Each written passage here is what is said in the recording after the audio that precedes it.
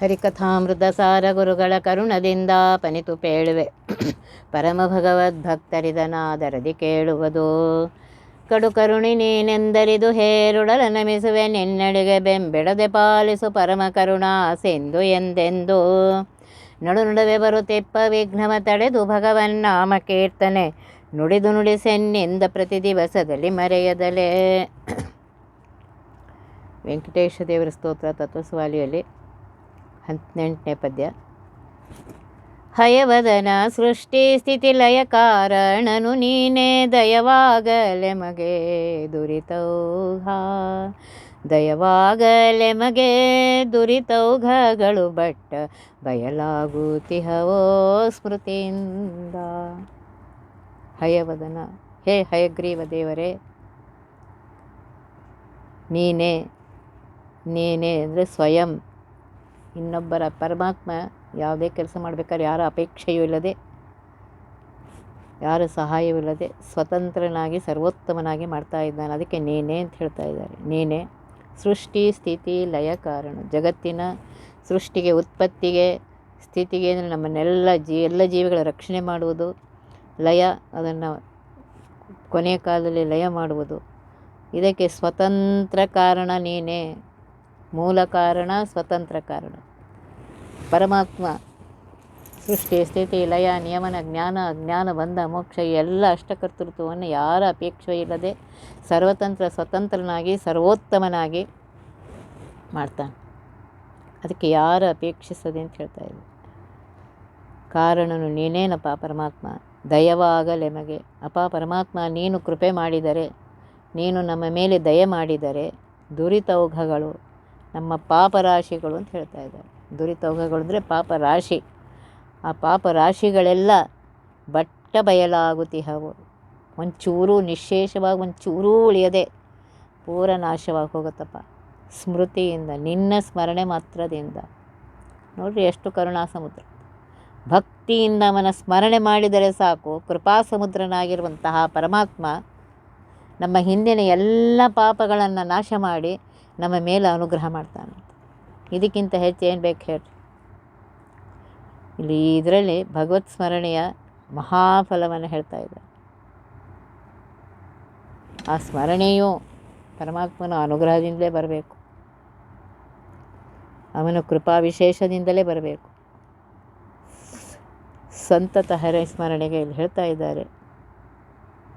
ಸತತ ಯಾವಾಗ ಬರುತ್ತೆ ಅಂದರೆ ವೇದಾದಿ ಸಶಾಸ್ತ್ರ ಪ್ರತಿಪಾದ್ಯನಾಗಿರುವಂತಹ ಭಗವಂತನ ಮಹಿಮೆಗಳನ್ನು ಶ್ರವಣಾದಿಗಳಿಂದ ಕೇಳಬೇಕು. ಅದಕ್ಕೂ ಪರಮಾತ್ಮನ ಕೃಪೆ ಬೇಕೇ ಬೇಕು. ಪರಮಾತ್ಮನ ಅನುಗ್ರಹ ಇಲ್ಲದೆ, ಕೃಪೆ ಇಲ್ಲದೆ ಯಾವ ಸಾಧನವೂ ಆಗೋದಿಲ್ಲ. ಆ ಕೃಪೆ ನಾನಾ ಪ್ರಕಾರವಾಗಿದೆ. ಯಾವ ಪ್ರಕಾರ ಕೃಪೆಗೆ ಪಾತ್ರನಾಗಬೇಕಾದರೂ ಸ್ವರೂಪ ಯೋಗ್ಯತೆ ಇರಬೇಕು, ಅನಾದಿ ಕರ್ಮ ಇರಬೇಕು. ಸಂಸಾರ ಭಯ ಪರಿಹಾರಕವಾಗಿರುವಂತಹ ಪರಮಾತ್ಮನ ಸಂತತ ಸ್ಮರಣೆ ಇಲ್ಲಿ ಹೇಳ್ತಾ ಇದ್ದಾರೆ. ಹಯಗ್ರೀವ ರೂಪಿಯಾಗಿರುವಂತಹ ಪರಮಾತ್ಮನ ಪ್ರಸನ್ನತೆಯನ್ನು ಪ್ರಾರ್ಥಿಸಬೇಕು ಅಂತ ಹೇಳ್ತಾ ಇದ್ದಾರೆ. ಯಾವುದೇ ಒಂದು ಸಶಾಸ್ತ್ರ ಗ್ರಂಥವನ್ನು ಪ್ರಾರಂಭ ಮಾಡಬೇಕಾದ್ರೆ ಶ್ರೀಮದ್ ಹನುಮದ್ ಭೀಮ ಮಧ್ವಾಂತರ್ಗತ ರಾಮಕೃಷ್ಣ ವೇದವ್ಯಾಸಾತ್ಮಕ ಶ್ರೀ ಲಕ್ಷ್ಮೀ ಹಯಗ್ರೀವಾಯ ನಮಃ ಅಂಥೇಳಿ ಪಾಠವನ್ನು ಮಾಡ್ತಾರೆ. ಇದು ಸತ್ಸಂಪ್ರದಾಯ. ಪರಮಾತ್ಮನನ್ನು ಹಯಗ್ರೀವ ರೂಪದಲ್ಲಿ ಸಕಲ ವೇದ ಪ್ರತಿಪಾದ್ಯನಾಗಿರುವಂತಹ, ವಿದ್ಯಾ ಪ್ರತಿಪಾದ್ಯನಾಗಿರುವಂತಹ, ಪ್ರವರ್ತಕನೂ ಆಗಿರುವಂತಹ, ಜ್ಞಾನ ಅನುಗ್ರಹಕನೂ ಆಗಿರುವಂತಹ ಆ ಪರಮಾತ್ಮ ಹಯಗ್ರೀವ ದೇವರು. ಅದಕ್ಕೆ ನಾರದರು ಭಾಗವತದಲ್ಲಿ ಹೇಳ್ತಾರೆ, ಸತ್ರೇ ಮಮಾಸ ಭಗವಾನ್ ಹಯಶೇಷಯೇಷ ಸಾಕ್ಷಾತ್ ಯಜ್ಞ ಪುರುಷ ಹೇಳ್ತಾರೆ. ತಪನೀಯ ವರ್ಣಃ ಛಂದೋಮಯೋ ಮಖಮಯೋ ಅಖಿಲ ದೇವತಾತ್ಮ ವಾಚೋ. ಇಲ್ಲಿ ಹೇಳ್ತಾ ಇದ್ದಾರೆ, ನನ್ನ ಯಜ್ಞದಲ್ಲಿ ಸ್ವಯಂ ಯಜ್ಞ ಪುರುಷನಾಗಿರುವಂತಹ ಪರಮಾತ್ಮನೇ ಹಯಗ್ರೀವ ರೂಪದಿಂದ ಪ್ರತ್ಯಕ್ಷನಾಗಿದ್ದಾನೆ. ಅವನು ಹೇಗಿದ್ದ ಅಂದರೆ ಚೊಕ್ಕ ಬಂಗಾರದಂತೆ ಇದ್ದಂತೆ. ಅಂತಹ ರೂಪ ವೇದಮಯ, ಯಜ್ಞಮಯ, ಸರ್ವ ದೇವತೆಗಳ ಸ್ವಾಮಿಯಾಗಿರುವಂತಹ, ಅಂತರ್ಯಾಮಿಯಾಗಿರುವಂತಹ ಆ ಪರಮಾತ್ಮನ ನಾಸಿಕದಿಂದ ಹೊರಟ ಶ್ವಾಸದಿಂದ ಅತ್ಯಂತ ಉತ್ಕೃಷ್ಟವಾಗಿರುವಂತಹ ಸ್ಪಷ್ಟವಾಗಿರುವಂತಹ ಕಟ್ಟಪ್ಪಣೆಗಳಾಗಿರುವಂತಹ ವೇದವಾಕ್ಯಗಳು ಬಂದಿವೆ. ಹಯಗ್ರೀವ ರೂಪ ಪರಮಾತ್ಮನಿಂದಲೇ ಬಂದಿದೆ, ಅವನ ಶ್ವಾಸದಿಂದಲೇ ಬಂದಿದೆ. ಅಂತಹ ಹಯಗ್ರೀವ ದೇವರಿಗೆ ಇಲ್ಲಿ ಪ್ರಾರ್ಥನೆ ಮಾಡ್ಕೋತಾ ಇದ್ದಾರೆ ದಾಸರು. ಸೃಷ್ಟಿ ಸ್ಥಿತಿ ಲಯ ಸರ್ವವು ನೀನೇ ಕಾರಣನಪ್ಪ. ನೀನು ನಮ್ಮ ಮೇಲೆ ದಯ ಆದರೆ ನಮ್ಮ ದುರಿತಗಳೆಲ್ಲ ಓಡಿ ಹೋಗ್ಬಿಡುತ್ತೆ. ನಿನ್ನ ಸ್ಮರಣೆಯಿಂದ ಇಷ್ಟು ಲಾಭ ಇದೆ ಪರಮಾತ್ಮ. ಆ ಸ್ಮರಣೆ ನನಗೆ ಯಾವಾಗಲೂ ಒದಗುವಂತೆ ಕರುಣೆ ಮಾಡು ಅಂತ ಹೇಳ್ತಾ ಇದ್ದಾರೆ. ಕಲುಷವರ್ಜಿತನೇ ಮಂಗಳ ಚರಿತ ಭಕ್ತವತ್ಸಲ ಭಾಗ್ಯ ಪುರುಷ ಬಹುರೂಪ. ಭಕ್ತವತ್ಸಲ ಭಾಗ್ಯ ಪುರುಷ ಬಹುರೂಪ ಎನಗ ಚಂಚಲ ಭಕುತಿ ನೀನೇ ಕರುಣೀಸೋ. ಕಲುಷವರ್ಜಿತ ಸಕಲ ದೋಷ ದೂರನಾಗಿರುವಂತಹ, ಮಂಗಲಚರಿತನಾಗಿರುವಂಥ, ಅತ್ಯಂತ ಶುಭಚರಿತ್ರನಾಗಿರುವಂತಹ, ಭಕ್ತವತ್ಸಲನಾಗಿರುವಂತಹ, ಭಕ್ತರ ಮೇಲೆ ದಯೆ ಇರುವಂತಹ, ಭಾಗ್ಯಪುರುಷ ಐಶ್ವರ್ಯಾದಿ ಷಡ್ಗುಣ ಸ್ವರೂಪನಾಗಿರುವಂತಹ, ಬಹುರೂಪ ಅಂತ ಹೇಳ್ತಾರೆ. ಅನಂತ ಗುಣ ಪರಿಪೂರ್ಣನೇ. ಇಷ್ಟೇ ಅಲ್ಲ, ಇನ್ನೂ ಅನಂತ ಗುಣ ಪರಿಪೂರ್ಣನಾಗಿದ್ದಾನೆ ಪರಮಾತ್ಮ. ಅಂತಹ ಹೇ ವೆಂಕಟೇಶ ದೇವರೇ, ನನಗೆ ಅಚಂಚಲ ಭಕ್ತಿ, ನಿಶ್ಚಲವಾದ ಭಕ್ತಿಯನ್ನು ಕರುಣಿಸಪ್ಪ. ನೀನೇ ಕರುಣಿಸೋ, ಅದನ್ನು ನೀನೇ ದಯಪಾಲಿಸ್ಬೇಕು. ಯಾಕೆಂದರೆ ನಿನ್ನ ಅನುಗ್ರಹ ಇಲ್ಲದೇ ಇದ್ದರೆ ದೃಢಭಕ್ತಿಯೂ ಇಲ್ಲ, ಬೇರೆ ಸಾಧನವೂ ಆಗೋದಿಲ್ಲ. ನಿನ್ನ ಅನುಗ್ರಹ ಬೇಕೇ ಬೇಕು. ಇಲ್ಲಿ ಹೇಳ್ತಾ ಇದ್ದಾರೆ ಪರಮಾತ್ಮನ ಸೃಷ್ಟ್ಯಾದಿ ಮಹಿಮೆಗಳನ್ನು, ಅವತಾರ ಲೀಲೆಗಳನ್ನು ಕೊಂಡಾಡುವಂತಹ ಮತ್ತು ಶ್ರವಣಾದಿಗಳಿಂದ ಆಧರಿಸುವಂತಹ ಜೀವರು ದೋಷರಹಿತರಾಗಿ ಶುದ್ಧವಾದ ಸ್ವಸ್ವರೂಪವನ್ನು ಹೊಂದುವರಾದ್ದರಿಂದ ಪರಮಾತ್ಮನಿಗೆ ಮಂಗಲಚರಿತ ಅಂತ ಹೆಸರು. ನಿಶ್ಚಲ ಭಕ್ತಿ ಪರಮಾತ್ಮನ ಪ್ರಸಾದದಿಂದಲೇ ಸಾಧ್ಯ. ನಿಶ್ಚಲವಾದ ಭಕ್ತಿ ಬರಬೇಕಾಗಿದ್ರೆ ಅವನ ಅನುಗ್ರಹ ಬೇಕೇ ಬೇಕು. ಆತನ ಪರಿವಾರಭೂತರಾಗಿರುವಂಥ ಅನ್ಯ ದೇವತೆಗಳ ಅನುಗ್ರಹವು ಆ ಪ್ರಸಾದ ಪ್ರಾಪ್ತಿಗೆ ಬೇಕೇ ಬೇಕು, ಅವಶ್ಯಕ ಅಂತ ಹೇಳ್ತಾರೆ. ಆದರೆ ಅವರು ಸ್ವತಂತ್ರರಾಗಿ ಪಾಲಿಸುವುದಿಲ್ಲ ನಿಶ್ಚಲ ಭಕ್ತಿಯನ್ನು. ಪರಮಾತ್ಮನ ಅನುಗ್ರಹದಿಂದಲೇ ಅವರು ಪಾಲಿಸ್ತಾರೆ. ಅಂತಹ ಪರಮಾತ್ಮ ನನಗೆ ಅಚಂಚಲವಾದ ಭಕ್ತಿಯನ್ನು ಕೊಡಪ್ಪ ಅಂತ ಹೇಳಿ ಬರ್ತಾ ಇದ್ದಾರೆ. ಫಾಲಾಕ್ಷ ಪ್ರಿಯ ನಿನ್ನ ಲೀಲೆಗಳ ಮರೆಯದಲೇ ಕಾಲ ಕಾಲದಲ್ಲಿ ಸ್ಮರಿಸುವ, ಕಾಲ ಕಾಲದಲ್ಲಿ ಸ್ಮರಿಸಿ ಹಿಗ್ಗುವ ಭಾಗ್ಯ ಪಾಲಿಸೋ ಎನಗೆ ಪರಮಾತ್ಮ.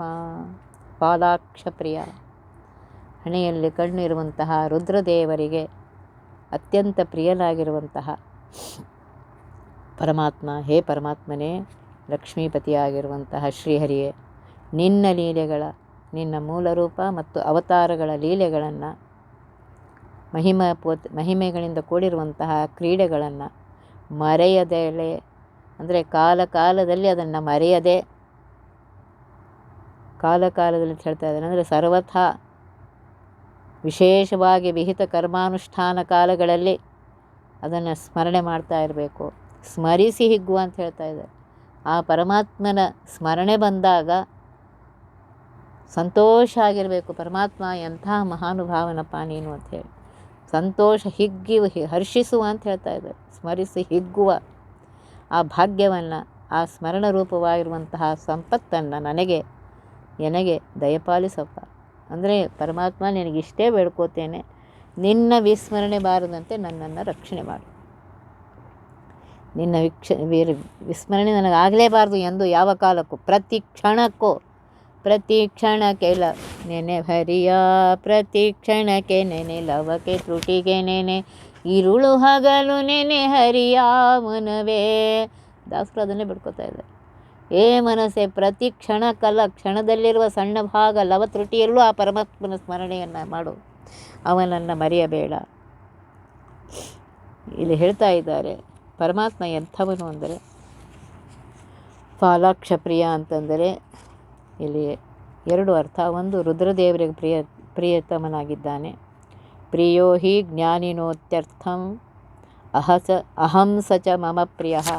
ಪರಮಾತ್ಮ ಹೇಳ್ತಾನೆ, ಜ್ಞಾನಿಗಳಿಗೆ ನಾನು ಅತಿ ಪ್ರಿಯನಾಗಿದ್ದೇನೆ, ನನಗೂ ಅವರು ಪ್ರಿಯರಾಗಿದ್ದಾರೆ ಅಂತೇಳಿ ಪರಮಾತ್ಮ ಭಗವದ್ಗೀತೆ ಹೇಳಿದ್ದಾನೆ. ಅದನ್ನೇ ಇಲ್ಲಿ ಹೇಳ್ತಾ ಇದ್ದಾರೆ. ಆ ಪರಮಾತ್ಮ ಸ್ಮರಣೆ ಬಂದಾಗ ಸಂತೋಷದಿಂದ ಸ್ಮರಣೆ ಮಾಡಬೇಕು.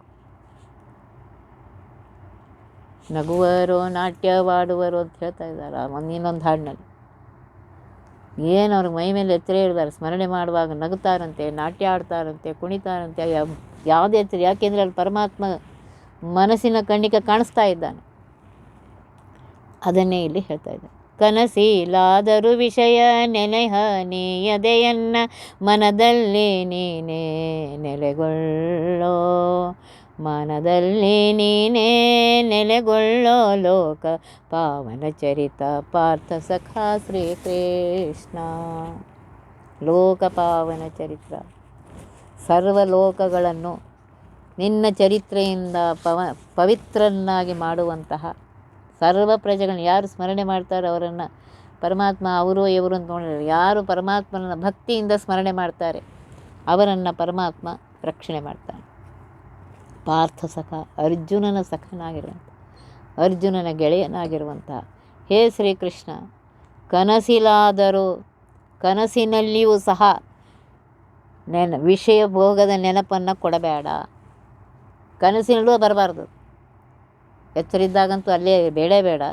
ಕನಸಿನಲ್ಲಿಯೂ ಆ ಸ್ಮರಣೆಯನ್ನು ಕೊಡಬೇಡಪ್ಪ. ಈ ಅದೇ ಅದನ್ನು ಕೊಡದೆ ನನ್ನ ಮನದಲ್ಲಿ ನೀನೇ ಪದೇ ಪದೇ ನನ್ನ ಪ್ರಾರ್ಥನೆಯನ್ನು ಕೇಳಪ್ಪ. ನೀನು ನೆಲೆಗೊಳ್ಳು, ಸ್ಥಿರವಾಗಿ ನಿಲ್ಲು. ನಿನ್ನ ಸ್ಮರಣೆ ನನಗೆ ಯಾವಾಗಲೂ ಇರಬೇಕು. ಆ ರೀತಿಯಾಗಿ ನನಗೆ ಅನುಗ್ರಹ ಮಾಡು ಅಂತ ಹೇಳಿ ಇಲ್ಲಿ ಹೇಳ್ತಾ ಇದ್ದಾರೆ. ನೋಡ್ರಿ, ಕನಸು ನಾವು ಅಂತೀವಿ, ಆ ಕನಸು ಬಿತ್ತು, ಈ ಕನಸು ಬಿತ್ತು, ದೇವ್ರ ಕನಸು ಬಿಡಲಿಲ್ಲ, ಅದು ಬೀಳಲಿಲ್ಲ, ಇದೇ ಬೀಳುತ್ತೆ ಅದೇ ಬೀಳುತ್ತೆ ಅಂತ ಹೇಳ್ತಾ ಇದ್ದಾರೆ. ಶಾಸ್ತ್ರ ಪ್ರಕಾರ ಜಾಗೃತ ಅವಸ್ಥೆಯಲ್ಲಿ ಏನು ಯೋಚಿಸ್ತೀರೋ ಅವೇ ಕನಸುಗಳಾಗಿ ಬೀಳುತ್ತೆ.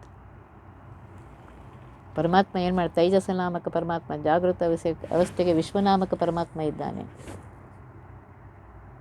ಅಲ್ಲಿ ಮಾಡುವ ಕ್ರಿಯೆಗಳನ್ನೆಲ್ಲ ಅವನು ಇದು ಮಾಡ್ತಾ ಇರ್ತಾನೆ. ತೈಜಸ ನಾಮಕ ಪರಮಾತ್ಮ ಜಾಗೃತ ಅವಸ್ಥೆಯಲ್ಲಿ ಏನು ಮಾಡಿದೆ ಅದನ್ನೇ ಒಂದು ರೂಪ ತಂದು ಕೊಡ್ತಾನೆ, ಕನಸು ಮಾಡ್ತಾನೆ.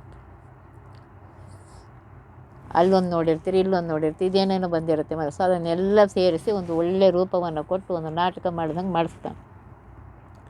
ಅದರಿಂದ ನಾವು ಏನು ಜಾಗೃತ ಅವಸ್ಥೆಯಲ್ಲಿ ಅಷ್ಟಾಗಿ ಗಮನಿಸಿರಂಗಿಲ್ಲ ಸೂಕ್ಷ್ಮ ವಿಷಯಗಳನ್ನು, ಅವುಗಳನ್ನು ಯೋಚನೆಯೂ ಮಾಡಿಲ್ಲ ಅಂತ ತಿಳ್ಕೊಂಡಿರ್ತೇವೆ. ಆದರೆ ಒಂದು ನೆನಪಿಟ್ಕೊಳ್ರಿ, ಆ ಎಲ್ಲ ಆಲೋಚನೆಗಳು ಮನಸ್ಸಿನ ಮೇಲೆ ಸಂಸ್ಕಾರಗಳನ್ನ ಮಾಡುತ್ತೆ. ಅದನ್ನೇ ಪರಮಾತ್ಮ ಉಪಾದಾನವಾಗಿ ಇಟ್ಕೊಂಡು, ಕಾರಣವಾಗಿಟ್ಕೊಂಡು ಸ್ವಪ್ನದ ಚಿತ್ರವನ್ನು ಮಾಡಿ ನಮಗೆ ಕನಸಿನಲ್ಲಿ ತೋರಿಸ್ತಾನೆ.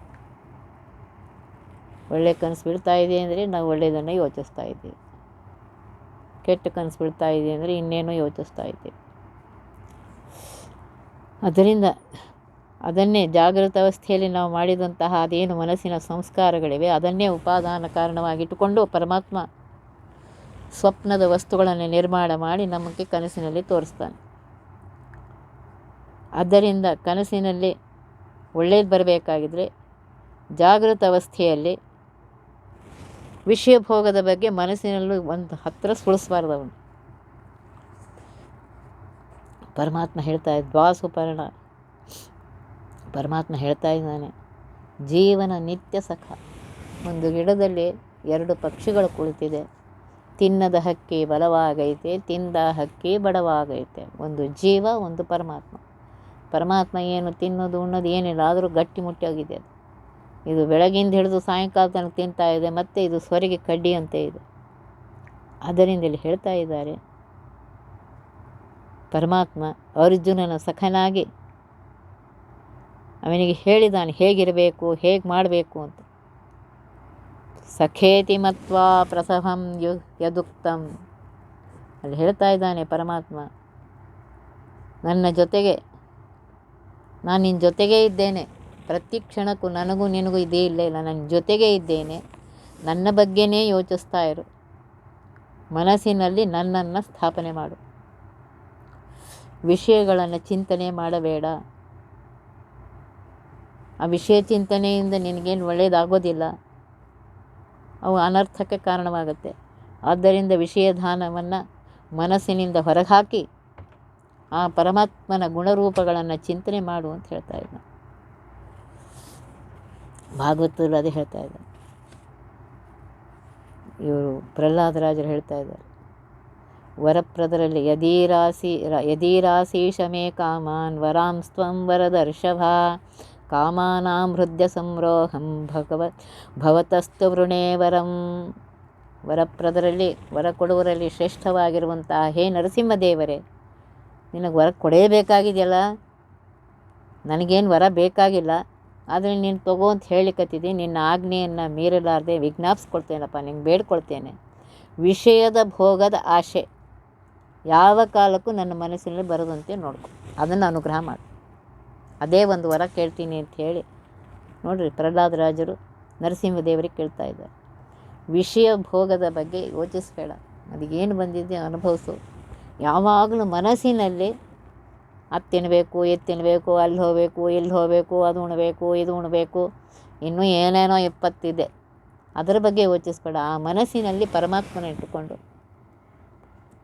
ಯಾವ ಕಾಲಕ್ಕೆ ಯಾರಿಗೆ ಎಷ್ಟು ತಿನ್ನಿಸ್ಬೇಕು ಅದು ಗೊತ್ತಿದೆ, ಎಲ್ಲಿ ಕರ್ಕೊಂಡು ಹೋಗ್ಬೇಕು ಅದನ್ನು ಅವ್ನಿಗೆ ಗೊತ್ತಿದೆ. ಜಾಗದ ಋಣ, ಅನ್ನದ ಋಣ ಅದಿದೆ, ಅಲ್ಲಲ್ಲೇ ಕರ್ಕೊಂಡು ಹೋಗ್ತಾನೆ, ಅಷ್ಟಷ್ಟೇ ತಿನ್ನಿಸ್ತಾನೆ, ಹೆಚ್ಚಿಗೂ ಇಲ್ಲ ಕಡಿಮೆಯೂ ಇಲ್ಲ. ಅದು ಪರಮಾತ್ಮನ ಲೆಕ್ಕ.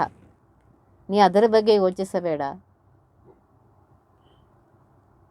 ಪರಮಾತ್ಮ ಚೆನ್ನಾಗಿ ಕೊಟ್ಟಿಲ್ಲ, ತಿನ್ನು. ಆಗ ಅವನು ನೆನೆಸು, ಇದು ನಿನ್ನಿಂದ ನನಗೆ ಸಿಕ್ಕಿದೆ. ಒಳ್ಳೆಯ ಮನೆಯಲ್ಲಿ ಇರ್ಲಿಕ್ಕೆ ಕೊಟ್ಟಿದ್ದಾನೆ, ಅದನ್ನು ನೆನೆಸು, ನಿನ್ನಿಂದ ನನಗೆ ಸಿಕ್ಕಿದೆ. ಎನ್ನಿಂದ ಈ ಪರಿ ಉಂಟೇನೋ ನಿನ್ನದೇ ಸಕಲ ಸಂಪತ್ತು. ಇದನ್ನು ನೆನಪಿರ್ಬೇಕು. ನಾವು ದೊಡ್ಡ ಹೇಳ್ಕೊತೀವಿ, ಅವ್ರು ಅಷ್ಟು ಮಾಡಿದ್ದೀವಿ, ನಾವು ಇಷ್ಟು ಮಾಡಿದ್ದೀವಿ, ನಾವು ಹಂಗೆ ಮಾಡಿದ್ದೀವಿ. ಇದೆಲ್ಲ ಏನು ಅವನ ಅನುಗ್ರಹದಿಂದ ಮಾಡಿದ್ಯಾ. ನೀನೇನು ಸ್ವತಂತ್ರ ಅಲ್ಲ. ಆ ಅಹಂಕಾರ ಬಿಡು. ಒಳ್ಳೆ ಮನೆ ಇದೆ, ಪರಮಾತ್ಮ ನಿನ್ನ ಅನುಗ್ರಹದಿಂದ. ಒಳ್ಳೆ ಬಟ್ಟೆಗಳು ತೊಡ್ಲಿಕ್ಕೆ ಸಿಕ್ಕಿದೆ, ನಿನ್ನ ಅನುಗ್ರಹದಿಂದ. ಒಳ್ಳೆ ಅನ್ನ ಹೊಟ್ಟೆಗೆ ಸಿಗ್ತಾ ಇದೆ, ಅದು ನಿನ್ನ ಅನುಗ್ರಹದಿಂದ. ಮಕ್ಕಳು ಒಳ್ಳೆಯವರಿದ್ದಾರೆ, ಅದು ನಿನ್ನ ಅನುಗ್ರಹದಿಂದ. ಎಲ್ಲ ಪರಮಾತ್ಮನ ಅನುಗ್ರಹದಿಂದ ಆಗ್ತಾ ಇದೆ. ಮನಸ್ಸಿನಲ್ಲಿ ಅವನನ್ನು ಇಟ್ಕೊ, ಅದೇ ಅವನಿಗೆ ಕೇಳ್ಕೋಬೇಕು. ನನ್ನ ಮನಸ್ಸಿನಲ್ಲಿ ಬೇರೆ ಏನೂ ಇರಬಾರ್ದು, ನನ್ನ ಮನಸ್ಸನ್ನು ನೀನೊಬ್ಬನೇ ಇರು. ಅದನ್ನೇ ಪ್ರಹ್ಲಾದರಾಜರು ಕೇಳಿದ್ದಾರೆ, ಅದನ್ನೇ ಇಲ್ಲಿ ಹೇಳ್ತಾ ಇದ್ದಾರೆ. ಕನಸಿನಲ್ಲೂ ವಿಷಯದ ಸುಖದ ಬಗ್ಗೆ ಯೋಚಿಸ್ಲಿಕ್ಕೆ ಕೊಡಬೇಡಪ್ಪ, ನನ್ನ ಮನದಲ್ಲಿ ನೀನೇ ಇರಪ್ಪ. ಅತ್ಯಂತ ಪಾವನ ಚರಿತ್ರನಾಗಿರುವಂತಹ ಅರ್ಜುನನ ಸಖನಾಗಿರುವಂಥ ಹೇ ಶ್ರೀಕೃಷ್ಣ, ನಿನಗೆ ಇದನ್ನೇ ನಾನು ಬೇಡ್ಕೊಳ್ತೇನೆ ಅಂತ ಹೇಳ್ತಾ ಇದ್ದಾರೆ. ಚತುರವಿಧ ಪುರುಷಾರ್ಥ ಚತುರಾತ್ಮ ನೀನಿರಲು ಇತರ ಪುರುಷಾರ್ಥ ನಾನೊಲ್ಲೆ. ಇತರ ಪುರುಷಾರ್ಥ ನಾನೊಲ್ಲೆ, ತ್ವತ್ಪಾದ ರತಿಭಾಗ್ಯ ನೀನೇ ಕರುಣೀಸೋ. ಚತುರವಿಧ ಪುರುಷಾರ್ಥ, ಧರ್ಮ, ಅರ್ಥ, ಕಾಮ, ಮೋಕ್ಷ, ಈ 4 ಪುರುಷಾರ್ಥ ಸ್ವರೂಪನಾಗಿರುವಂತಹ ಚತುರಾತ್ಮ, ಅನಿರುದ್ಧ, ಪ್ರದ್ಯುಮ್ನ, ಸಂಕರ್ಷಣ, ವಾಸುದೇವ ಅನ್ನುವ 4 ರೂಪಗಳಿಂದ ಇರುವಂತಹ ಪರಮಾತ್ಮ ನೀನಿರಬೇಕಾಗಿದ್ದರೆ ನನಗೆ ಎಲ್ಲ ಪುರುಷಾರ್ಥ ನೀನೇನೋ ಮಾರಾಯ. ಇತರ ಪುರುಷಾರ್ಥ, ನಿನ್ನ ಬಿಟ್ಟು ಬೇರೆ ಯಾವ ಪುರುಷಾರ್ಥ ನನಗೆ ಬೇಕಾಗಿಲ್ಲ. ನಾನೊಲ್ಲೆ ಅಂತ ಹೇಳ್ತಾ ಇದ್ದಾರೆ. ನನಗೆ ನೀನೇ ಬೇಕು, ನಿನ್ನ ಬಿಟ್ಟು ನನಗೆ ಬೇರೆ ಏನೂ ಬೇಡ. ತ್ವತ್ಪಾದ ರತಿಭಾಗ್ಯ, ನಿನ್ನ ಪಾದ ಕಮಲಗಳಲ್ಲಿ ದೃಢವಾದ ಭಕ್ತಿ ಅನ್ನುವಂಥ ಭಾಗ್ಯವನ್ನು ಕೊಡು. ಅದನ್ನು ನೀನೇ ದಯಪಾಲಿಸು. ಇದು ನೋಡಿ, ಅದನ್ನು ನೀನೇ ಕೊಡಬೇಕಪ್ಪ. ನಿನ್ನ ಪಾದದಲ್ಲಿ ನನ್ನ ಭಕ್ತಿ ಇರಬೇಕು, ದೃಢವಾದ ಭಕ್ತಿ. ಆ ಭಾಗ್ಯವನ್ನು ನೀನೇ ನನಗೆ ಅನುಗ್ರಹ ಮಾಡು ಅಂತ ಹೇಳ್ತಾ ಇದ್ದೆ. ಪರಮಾತ್ಮನನ್ನು ಬಿಟ್ಟು ಇಲ್ಲಿ ಏನು ಹೇಳಬೇಕಾಗಿದೆ, ಪರಮಾತ್ಮನ ಬಿಟ್ಟು ಬೇರೆ ಏನನ್ನೂ ಅಪೇಕ್ಷಿಸಬಾರದು. ಅವರಿಗೆ ನಿಷ್ಕಿಂಚನರು ಅಂತ ಕರೀತಾರೆ. ಅವರಿಗೆ ಪರಮಾತ್ಮನೇ ಸರ್ವಭಾಗ್ಯ ರೂಪನಾಗಿದ್ದಾನೆ. ಅವರು ಆ ಭಾಗ್ಯದ ಪ್ರಾಪ್ತಿಗೆ ಮುಖ್ಯ ಏನು ಬೇಕು, ಪಾದಭಕ್ತಿ ಬೇಕಾದರೆ, ಆ ಭಕ್ತಿ ಬರಬೇಕಾದ್ರೆ 24 ಗಂಟೆ ನಿನ್ನ ಪಾದದಲ್ಲಿಯೇ ನನ್ನ ಭಕ್ತಿ ಇರಬೇಕು ಅಂತ ಹೇಳಬೇಕು. ಅದೇ ಮೋಕ್ಷಕ್ಕೆ ಕಾರಣವಾಗುತ್ತೆ. ಅದನ್ನೇ ಭಾಗವತ ಹೇಳ್ತಾ ಇದೆ, ರತಿ ಅಂತ ಹೇಳ್ತಾ ಇದೆ. ಪರಮಾತ್ಮನ ಪಾದದಲ್ಲಿಯೇ ಯಾವಾಗಲೂ ನಮ್ಮ ಮನಸ್ಸು. ಶಾಸ್ತ್ರೇಷ್ವಿಯಾನೇವ ಸುನಿಶ್ಚಿತೋ ನೃಣಾಂ ಕ್ಷೇಮಸ್ಯ ಸಮ್ಯಗ್ ವಿಮುಷೇಶೋ ಹೇತು ಅಸಂಗ ಆತ್ಮವ್ಯತಿರಿಕ್ತ ವಸ್ತುಷೋ ದೃಢಾರತಿ ಬ್ರಹ್ಮಣಿ ನಿರ್ಗುಣೇ ಜಯ. ಇಲ್ಲಿ ಹೇಳ್ತಾರೆ, ಪರಮಾತ್ಮನ ಆತ್ಮವ್ಯತಿರಿಕ್ತ, ಪರಮಾತ್ಮನ ಬಿಟ್ಟು ಬೇರೆ ಯಾವುದರಲ್ಲಿಯೂ ನಮ್ಮ ಮನಸ್ಸಿರಬಾರ್ದು. ಆ ಪರಮಾತ್ಮನಲ್ಲಿಯೇ ನಮ್ಮ ಮನಸ್ಸಿರ್ಬೇಕು ಯಾವಾಗಲೂ. ಇದೇ ಎಲ್ಲ ಶಾಸ್ತ್ರಗಳು ಹೇಳ್ತಾ ಇವೆ. ಅದೇ ರತಿಯನ್ನು ನನಗೆ ಕೊಡು ಅಂತ ಹೇಳಿ ಇಲ್ಲಿ ದಾಸರು ಬೇಡ್ಕೊತಾ ಇದ್ದಾರೆ, ಹೇಳ್ತಾ ಇದ್ದಾರೆ. ಚತುರ್ವಿಧ ಧರ್ಮ, ಅರ್ಥ, ಕಾಮ, ಮೋಕ್ಷ ಇದೇನು ಬೇಕಾಗಿಲ್ಲ. ಅದು ನಮ್ಮ ಇದ್ರ ಪ್ರಾಗ ಏನು ನನ್ನ ಕರ್ಮಾನುಸಾರವಾಗಿ ಬರಬೇಕು, ಬರ್ತಾ ಇತ್ತು. ನನಗೆ ನೀನು ಬೇಕು, ನೀನು ಬೇಕಾದ್ರೆ ಈ ಪುರುಷಾರ್ಥಗಳು ಯಾವುದೂ ಬೇಡ, ನನಗೆ ಒಂದೇ ಬೇಕು, ನಿನ್ನ ಪಾದದಲ್ಲಿ ನನ್ನ ಮನಸ್ಸು ಇರಬೇಕು. ತ್ವತ್ಪಾದ ರತಿ ಭಾಗ್ಯ, ಅದನ್ನು ನೀನೇ ಕರುಣಿಸ್ಬೇಕು ಮಾರಯ್ಯ ಅಂತ ಹೇಳಿ ಹೇಳ್ತಾರೆ. ಜಯ ಮತ್ಸ್ಯ ಕೂರ್ಮ ಜಯ ಜಯ ವರಹ ನರಸಿಂಹ ಜಯತೋ ವಾಮನ ದೇವ ಭೃಗುರಾಮ. ಜಯತೋ ವಾಮನ ದೇವ ಭೃಗುರಾಮ ರಘುರಾಮ. ಜಯ ಕೃಷ್ಣ ಬೌದ್ಧ ಕಲಿಹರ್ತ. ದಶಾವತಾರವನ್ನು ಹೇಳ್ತಾ ಇದ್ದಾರೆ. ಮತ್ಸ್ಯಾವತಾರ, ಮತ್ಸ್ಯ ಕೂರ್ಮಾವತಾರ, ಎಲ್ಲ ಅವತಾರಗಳಿಗೂ ಜಯವಾಗಲಿ ಅಂತ ಹೇಳ್ತಾರೆ. ಜಯ ಅಂತ ಹೇಳ್ತಾ ಇದ್ದಾರೆ, ಜಯ ಜಯ ಅಂತ ಹೇಳ್ತಾರೆ. ವರಹಾವತಾರ, ನರಸಿಂಹಾವತಾರ, ಅವುಗಳಿಗೂ ಜಯವಾಗಲಪ್ಪ. ವಾಮನ ದೇವ ಮತ್ತು ಭೃಗುರಾಮ, ಪರಶುರಾಮ ದೇವರು, ಆ ರೂಪಗಳಿಗೆ ಮಂಗಲವಾಗಲಿ, ಜಯವಾಗಲಿ ಪರಮಾತ್ಮ. ರಘುರಾಮ, ಶ್ರೀರಾಮ, ಕೃಷ್ಣ, ಬುದ್ಧ, ಕಲಿಹರ್ತ, ಕಲಿಯನ್ನು ಇದು ಮಾಡಿದಂತಹ ಪರಮಾತ್ಮ ಶ್ರೀರಾಮ, ಶ್ರೀಕೃಷ್ಣ, ಬುದ್ಧ, ಕಲ್ಕಿ, ಈ ರೂಪಗಳಿಗೆ ಜಯವಾಗಲಿ ಅಂತ ಹೇಳಿ ಹೇಳ್ತಾರೆ. ದಶಾವತಾರ ರೂಪಗಳಿಗೆ ಜಯವಾಗಲಿ ಅಂತ ಹೇಳ್ತಾರೆ. ಜಯ ವಿಶ್ವ ತೈಜಸನೆ ಜಯ ಪ್ರಾಜ್ಞ ತುರ್ಯಾತ್ಮ ಜಯ ಅಂತರಾತ್ಮ ಪರಮಾತ್ಮ. ಜಯ ಅಂತರಾತ್ಮ ಪರಮಾತ್ಮ ಜ್ಞಾನಾತ್ಮ. ಜಯತು ಅನಿರುದ್ಧ ಪ್ರದ್ಯುಮ್ನ.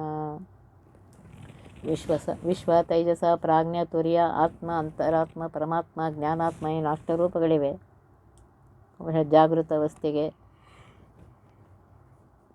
ಏನೇನು ಅವಸ್ಥೆ ಇದೆ ಅದನ್ನು ವಿವರವಾಗಿ ನಾಳೆ ತಿಳ್ಕೊಳ್ಳೋಣ. ಇವತ್ತು ಇಲ್ಲಿ ಏನು ಹೇಳ್ತಾ ಇದೆ ಅಂದರೆ, ಹೇ ವಿಶ್ವನಾಮಕ ಪರಮಾತ್ಮನೇ, ಹೇ ತೈಜಸ ನಾಮಕ ಪರಮಾತ್ಮನೇ, ನಿನಗೆ ಜಯವಾಗಲಪ್ಪ. ಹೇ ಪ್ರಾಜ್ಞ ನಾಮಕ ಪರಮಾತ್ಮನೇ, ಹೇ ತುರ್ಯ ನಾಮಕ ಪರಮಾತ್ಮೆ, ನಿನಗೆ ಜಯವಾಗಲಿ. ಆತ್ಮ, ಅಂತರಾತ್ಮ, ಪರಮಾತ್ಮ, ಜ್ಞಾನಾತ್ಮ, ನಿನಗೆ ಜಯವಾಗಲಿ. ಅನಿರುದ್ಧ, ಪ್ರದ್ಯುಮ್ನ, ಸಂಕರ್ಷಣ, ಈ ಎಲ್ಲ ರೂಪಕ್ಕೂ ಜಯವಾಗಲಿ ಅಂತ ಹೇಳಿ ಹೇಳ್ತಾ ಇದ್ದಾರೆ. ಇಲ್ಲಿ ಬರೀ ಅನಿರುದ್ಧ ಪ್ರದ್ಯುಮ್ನ ಬಂದಿದೆ, ಮುಂದೆ ಸಂಕರ್ಷಣ ಜಯತ್ಯ ಬರ್ತಾ ಇದೆ. ಈ ವಿವರಣೆಯನ್ನು ನಾಳೆ ದಿವಸ ತಿಳ್ಕೊಳ್ಳೋಣ. ಒತ್ತಿ ಬಹವಿಘ್ನಗಳ ಕಳೆದಪ ಮೃತ್ಯುವಿಗೆ ಮರೆ ಮಾಡಿ ಕಾಲನ ದೂತರಿಗೆ ಭೀಕರವ ಪುಟ್ಟಿಸಿ ಸಕಲ ಸಿದ್ಧಿಗಳ ಒತ್ತಿಗೊಳ್ಳೆ ಶಿವನರು ಹೇ ಕ್ಷಣ ನೃತ್ಯ ಮಾಡುವರವರ ಮನೆಯೊಳು ನಿತ್ಯ ಮಂಗಳ ಹರಿಕಥಾಮೃತ ಸಾರ ಪಠಿಸುವರ.